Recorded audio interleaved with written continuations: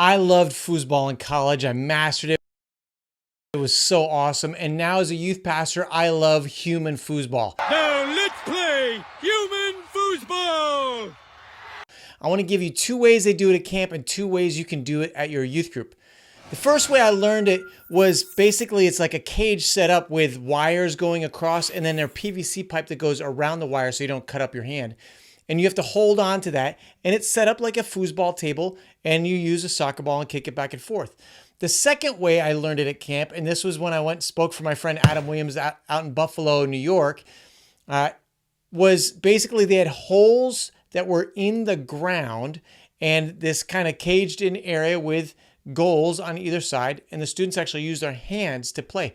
You could adapt that, I think, and get like trash cans or whatever to have students stand in, but it's not as safe. They're going to tip over and likely get hurt. So I probably wouldn't adapt that one.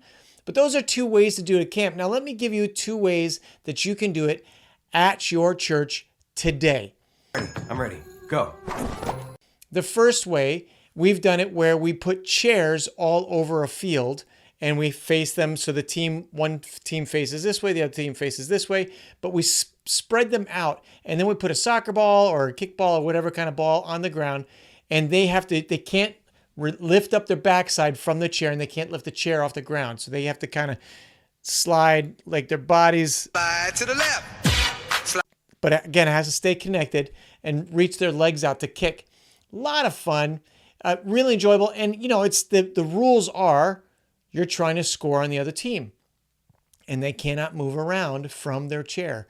So it's a lot of fun. And I would put volunteers on the outside of kind of whatever your field is. You can do this indoor as well. But the volunteers kick the ball and keep it into play so that the game keeps moving. And you probably want to give enough space where they're separated, they can't touch each other, but not so far away that the ball just keeps dying. You have to keep kind of running out and starting it over. Let's start over. All right, the final way, and this is probably my favorite, is to get PVC pipe. And you can use broom handles if you want, but I use PVC pipe. And like we have 9 square in the air. We use that 9 square in the air PVC pipe. And I like to have at least 3 players per PVC pipe. You can get more or less, but it has to be at least 2 so they're not swinging around the PVC pipe and hurting anybody. And they have to hold on to it at all times, but they can go anywhere on the field that they want.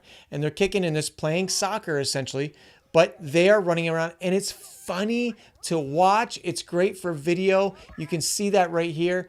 Check this out. So I love taking games and putting twists on them. I have got a free gift I want to give to you. If you're like, I'm not really good at leading games, or I want to get better at leading games, or I want to hand it off to somebody else, I have a free ebook and companion audiobook I want to give you totally free. It's why we do games in youth ministry, which shouldn't be hard to come up with, but a bunch of low prep, no prep games and 15 best practices to help you crush leading games or handing it off to a volunteer who's going to lead it. Or like I did at one church where I gave it to our middle schoolers to run the games, but I had to teach them how to do it.